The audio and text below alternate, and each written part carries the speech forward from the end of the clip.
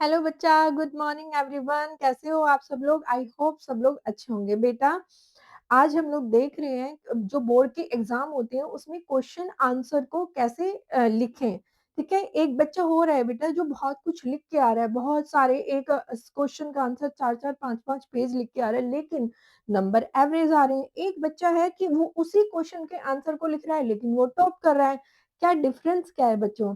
आज ma'am difference बताती हूँ। देखो बेटा, हर चीज का एक तरीका होता है। ठीक है, आपने बहुत सारा पढ़ लिया होगा। ठीक है, आपके एग्जाम आने वाले हैं। अब आपको मेन फोकस कहाँ करना है? आपको बहुत सारी नॉलेज है, नॉलेज बहुत है, लेकिन उसको समेटना कैसे है, उसको एक्सप्लेन कैसे करना है, ये तरीका आपको सीखना होगा। तो मैम आज आपको यही तरीका समझाने वाली है। जैसे क्वेश्चन है आपका, what is cell and types of cell, ये क्वेश्चन पूछा है और उसको आपको एक्सप्लेन करना है लॉन्ग क्वेश्चन के रूप में। ठीक है, तो देखो आंसर कैसे करेंगे। फर्स्टली आप जब उसका आंसर लिखेंगे ना, फर्स्टली आपको लिखना है इंट्रोडक्शन। ठीक है, इंट्रोडक्शन में क्या लिखना है? पहले जिस भी टॉपिक को पूछा गया है उसके डेफिनेशन, जैसे इन्होंने यहाँ पे सेल को पूछा है तो आपको क्या कर देंगे, सेल की डेफिनेशन लिख देनी है। किसी भी टॉपिक को पूछा गया है उसका डेफिनेशन लिख देना है। सेकंड, उस टॉपिक से रिलेटेड अगर कोई डिस्कवरी है, सेल को किसने डिस्कवर किया, लिविंग सेल की डिस्कवरी किसने की, डेड सेल की डिस्कवरी किसने की, एंड द सेल थ्योरी किसने दी। ठीक है, कौन से ईयर में दी। अगर आपको उस क्वेश्चन से रिलेटेड कोई डिस्कवरी हुई है, साइंटिस्ट के नेम याद है और ईयर नेम याद है, जितना आपको याद है, जितना साइंटिस्ट के नेम याद है तो खाली साइंटिस्ट के नेम लिख दो, अगर ईयर भी याद है तो साथ में ईयर भी लिख दो। आपको जितनी मतलब उससे फैक्चुअल नॉलेज आपको उस टॉपिक से रिलेटेड पता है आपको यहाँ लिख देनी है। वो कितने टाइप का है वो भी आपको यहाँ लिख देना है इंट्रोडक्शन में। इंट्रोडक्शन आपका मेनली 10 से लेके 15 आपकी लाइन का होना चाहिए। ठीक है, इंट्रोडक्शन आपने लिख दिया। अब आते हैं नेक्स्ट। अब आपको एक्सप्लेन करना है। एक्सप्लेन में क्या करना है बेटा? एक्सप्लेन में उसी टॉपिक के बारे में लिखना है। जैसे व्हाट इज सेल, सेल को हमने पीछे लिखा, किसने डिस्कवर किया उसको लिखा, साइंटिस्ट कौन थे उनको लिखा, उनका कौन से ईयर में किया वो लिखा। ओके, अब आते हैं types of cell. Types of cell को एक होता है, बच्चा आया लिखा सेल दो प्रकार की होती है, प्रोकैरियोटिक सेल, यूकैरियोटिक, मतलब उसने सब कुछ लिखा, लिखा उसने, लेकिन फ्लो चार्ट का यूज नहीं किया। बेटा मेन होता है, देखो एक तो आपके पास टाइम कम होता है। फर्स्टली आपके पास जो बोर्ड्स के एग्जाम होते हैं राइटिंग वाले, उनमें टाइम कम होता है, लेकिन आपको लिखना बहुत सारा होता है। अगर सारे पेज को, सारे क्वेश्चन आंसर को एक पेज में समेट दोगे तो एग्जामिनर को लगेगा इसको कुछ आता ही नहीं है। तो मेन होता है कि आपको थोड़ा सा ऐसा करना है कि 3-4 पेज भर जाए। तो आपको बेटे यूज करने हैं फ्लो चार्ट। फ्लो चार्ट आपका पेज भी जल्दी भरेगा, आपका टाइम भी सेव करेगा और अट्रैक्टिव होते हैं, एग्जामिनर को मतलब अट्रैक्ट करते हैं। एक बच्चा खाली लिख रहा है लेकिन एक बच्चे ने फ्लो चार्ट भी यूज किया है। जैसे कि सेल, सेल कितने टाइप की होती है, यहाँ पे लिखो टाइप्स। 2 टाइप की होती है। One is the prokaryotic cell, second is the eukaryotic cell. Eukaryotic cells also 2 type, first is the plant cell and the second is the animal cell. या तो आप फ्लो चार्ट को इस बेस पे use करिए या फिर आप ऐसे भी कर सकते हो।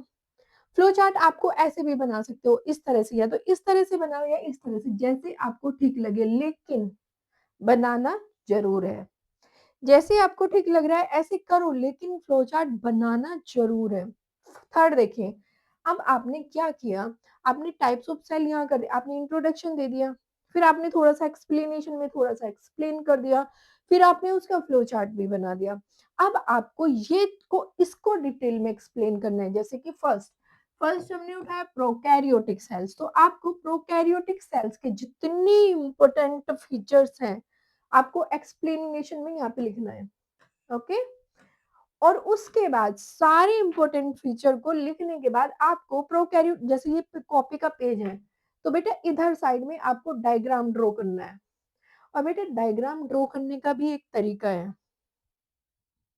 डायग्राम ड्रॉ ऐसा नहीं कि मेरे पास ब्लू पेन है तो मैंने ब्लू पेन से कर दिया, नो।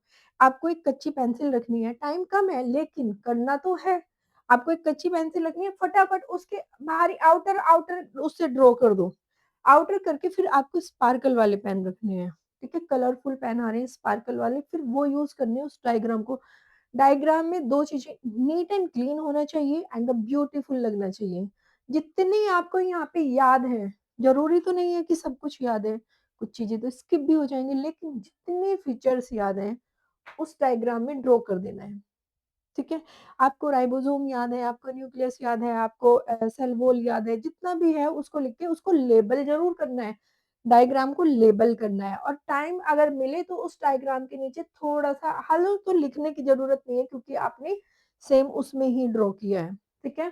जो फैक्चुअल चीज़ें लिखोगे कोशिश करना उनको अंडरलाइन कर दो।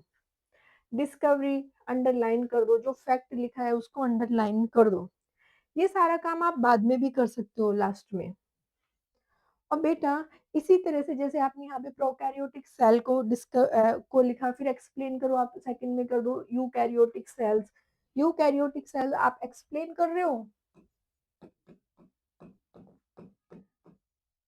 तो जैसे आपने यूकैरियोटिक सेल एक्सप्लेन किया लेकिन यूकैरियोटिक सेल्स तो 2 टाइप के होते हैं। फर्स्ट इज़ द वो plant cell and the second is the animal cell. तो अगर आप प्लांट सेल को एक्सप्लेन करोगे तो यहाँ पे ए कर लेना, यहाँ पे बी करना। This is the plant cell and this is the animal cell. Animal cell और ठीक है यहाँ पे एक्सप्लेनेशन दे देना और यहाँ पे इनके डायग्राम ड्रॉ कर देना है। Explanation and the diagram. इससे क्या होगा, एक तो आपका क्वेश्चन की जो वो राइटिंग है बहुत अट्रैक्टिव लगेगी। सेकंड क्या होगा बेटा, फ्लो चार्ट यूज करने से और डायग्राम यूज करने से आपको मतलब अच्छे मार्क्स मिलेंगे। आई होप सो बच्चों आपको समझ आया होगा। अगर कोई फिर भी इशू जाता है तो आप मुझे बता सकते हो।